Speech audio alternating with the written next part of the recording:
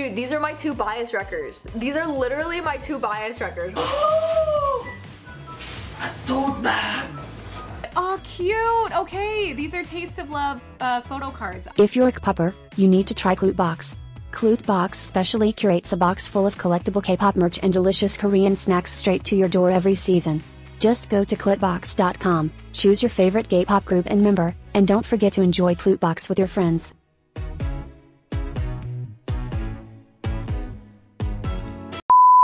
Ever since it ever existed, the phrase BTS paved the way has been a controversial topic amongst K-pop fans. And of course, when Namjoon expressed his agreement about this in his recent Weverse life, he ended up getting so much backlash for it. BTS paved the way. That's funny, but that's true. For sure, why not? Despite their outrage, K-pop stans seems to be fine when any other Korean artists claim to be the one who paved the way. They actually believed second gen was the one who did it, and it's only became a problem because it's BTS member who's saying it. That's why I'm here, to finally talk about this and offer my perspective in this conversation. What is the story behind this phrase? What is the meaning of paving the way? And why do we keep saying it despite the controversies? First of all, a lot of K-pop fans still don't understand the simple definition of paving the way itself. It is not the act of being the first to do something or start something, but it's to make it easier for something to happen, or to make it easier for someone to do something. It doesn't matter whether someone else did it first or not, because the core of paving the way is the long-lasting impact. In this context we are talking about the impact to enter and stay in the US music market as the center and the biggest music market in the world. This impact is what other K-pop idols who came to the West before BTS failed to achieve. They managed to chart on Billboard Hot 100 and 200, but it was achieved without the stability and growth. Even Psy, who were the most successful at the time, didn't manage to conquer Billboard charts in the long run. After his success with Gangnam Style, his new releases afterwards started to get lower ranking on the charts. While Psy was and is still really popular in South Korea, a lot of people in the West remembered him as Gangnam Style, the one-hit wonder. The song itself were mostly treated like a meme, and some people didn't even realize Gangnam Style was a Korean song, because they didn't care about it beyond how they want to perceive it. Even amongst K-pop stans, there were a conversation about Psy and the potential harmful after effects of Gangnam Style for K-pop as a whole. Though, we need to understand that this wasn't Psy's fault in the slightest. His song was meant to be fun, but the people in the West were extremely ignorant and xenophobic to accept something which was unfamiliar and strange to them. And some K-pop stans didn't like him because his songs perpetuate the K-pop stereotypes, even though it wasn't his intentions at all. Other second-gen K-pop groups tried to release their songs in English to appeal to US market as well, but they also didn't really see much growth. They were able to perform in small arenas in US countries, but that's as much as they could achieve. K-pop idols were no longer got invited to US talk shows and interviews, let alone award shows. The state of K-pop in the US market at the time was stagnant, pulled to a stop until BTS. As a result, K-pop was still seen as a weird interest. You either know K-pop, or know someone who knows K-pop, or not at all. It was not as widely known as it is today.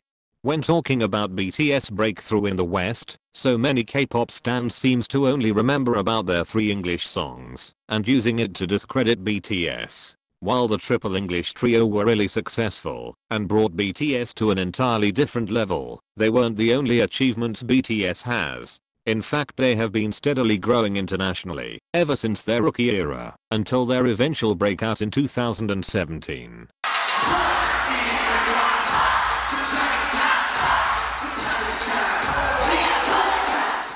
K-pop stans used to drag BTS for this. They used to say that BTS were only popular internationally, but flopped in South Korea. Which isn't exactly true, because in South Korea, BTS managed to outsell big 3 idol groups in 2015 with their album The Most Beautiful Moment in Life Part 1. And with their next album The Most Beautiful Moment in Life Part 2, BTS gained their first Billboard 200 entry, which debuted at number 171. They were able to maintain their popularity within South Korea, while also steadily growing in America. Now this is what differs them from any other Korean idols, because they didn't just enter the chart and disappeared afterwards, but they kept climbing until they eventually reached number 1, while their first entry was understandably low ranking. They managed to chart in top 30 Billboard 200 a year later with their album Wings, then reached top 10 with Love Yourself Her, and reached number 1 shortly after with Love Yourself Tear. From that point onwards, their albums never failed to chart on Billboard 200 as the number 1, and they now have the total of 6 number 1 albums in their discography. While BTS weren't the first to enter this chart, they were certainly the one who successfully conquered them. Before BTS, the highest ranking on Billboard 200 was held by 2NE1, with their album Crush in number 61, with no other K-pop idols who also managed to get in top 70. After BTS conquered the chart, however, a lot of K-pop groups started charting in top 30, top 10, and even top 1, immediately following BTS's success. While we are talking about K-pop albums, the reason why they got to be sold on US stores such as Target was because of ARMY's demand. We asked for US stores to stock BTS albums on their shelves, which pushed them to sell BTS albums and eventually K-pop albums in their stores, making it accessible for ARMY and K-pop fans to buy K-pop albums before any of the groups even being signed with any US distributors. Not long after that, BTS signed with their first US distributor, and with the demand for K-pop being doubled because of them, US labels also started to recruit other K-pop groups, which should be enough statement on its own. Back in 2017, BTS got nominated as Top Social Artist Award on bbmas, which happened before BTS breakout in the West with DNA. They could achieve this because of their unique approach to their fans and audience. BTS has been very active on social media ever since their pre-debut era. They were using social media as a tool to reach wider audience because they didn't have the connection and the budgets to do the conventional idol promotions just like what big 3 groups were doing. After BTS won the award, however, a lot of K-pop groups started to make a Twitter account in order to be nominated just like BTS, and sure after other K-pop groups also started to get nominated as top social artist in the following year, even though BTS remained as the winner until eventually Billboard got fed up and erased the category altogether. When BTS got invited to bbmas, they also got invited to a lot of US TV shows. While BTS weren't the first one to do so, the impact from their appearance was huge, because not long after BTS other K-pop groups were also got to be invited to these talk shows, making it a norm for K-pop groups to appear in US media and televisions. After bbmas, other award shows also started to invite BTS, this time not only as attendees, but also as performers. At the time, a lot K-pop fans couldn't even believe that a K-pop group would ever get invited to US award shows to perform on stage, which was contradictory to their beliefs of second gen being the one who paved the way. If they really believed that, why were K-pop fans fighting tooth and nails to prove that no K-pop group would ever get accepted in the West, to the point that they were so negative about it? Why was it so unbelievable for K-pop groups to be given the opportunity to have a comeback stage in US TV shows? Clearly K-pop stans themselves didn't truly believe that second gen paved the way. They were just saying it to dispute ARMY's claim about BTS being the one doing it. They also said the same thing when Love Yourself Tear got nominated for Best Album Package in 2018, saying that BTS would never get nominated for their musical achievements at the Grammys, and making fun of the nominated album cover as well. They were so terribly negative about everything, and based on these behavior it was evident how little they truly believed about the impact that second generation had. If anything, second generation made them believe that K-pop will forever stay in a box and will never be mainstream or even deserve to be mainstream. After BTS started getting nominations on award shows and started performing on stage, other K-pop groups and their fans suddenly wanted to get the same thing BTS had. Thanks to BTS, US market started to warm up to K-pop and started to invite more K-pop groups on their shows. They even made a K-pop category award for them. How generous. But no, don't be too happy about this. On surface level, K-pop category seems like a golden opportunity for K-pop groups to be able to compete in US award shows, but deeply the intention of this wasn't as good as it seems. K-pop category exists to limit BTS, and at the same time, to supposedly satisfy the fans about being nominated in US award shows. Even though they were qualified to compete with their Western peers in the main nominations, the music industry would not allow it to happen, because BTS were such a big threat to them, and their Western artists. That's why they made K-pop category in the first place. While we can be happy about K-pop getting more attention in America, we also need to be able to recognize how harmful most of the things the US industry did to both BTS and other K-pop groups were. Thanks to BTS though, K-pop could be as big as it is today. Some K-pop groups were even able to win an awards in US award shows, which were a big indication of BTS paving the way for them.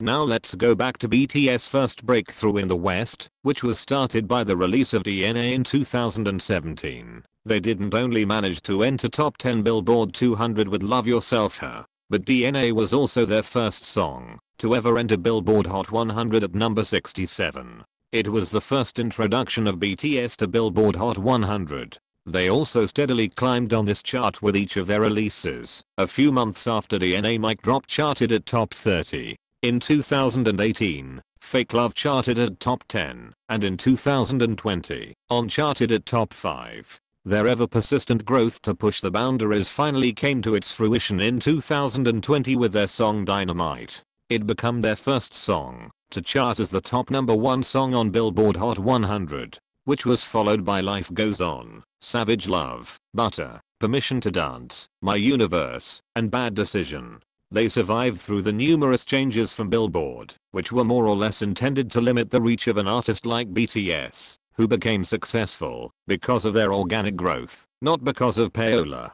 Butter in particular stayed as #1 for 10 long weeks. The song made its presence really visible and loud for the general public and the music industry itself. BTS is also the only Asian group with all of its members to chart in Billboard Hot 100 and reached top 10 Billboard's Artist 100 as soloists. BTS' success in 2017 also made Billboard reactivate their K-pop 100 chart, which was previously suspended in 2014. Of course, BTS managed to simultaneously top both this chart and Billboard Hot 100 at the same time, until Billboard decided to discontinue K-pop 100 chart again in 2022. Other K-pop groups who managed to get into Billboard Hot 100 after BTS' success were Blackpink, Twice, namjoon, and 50/50, though none of them has ever touched the top 10 just yet. A lot of K-pop stans use this as an excuse to discredit BTS, saying that it's still hard for K-pop groups to follow BTS steps because none of them have reached the same level of success as BTS.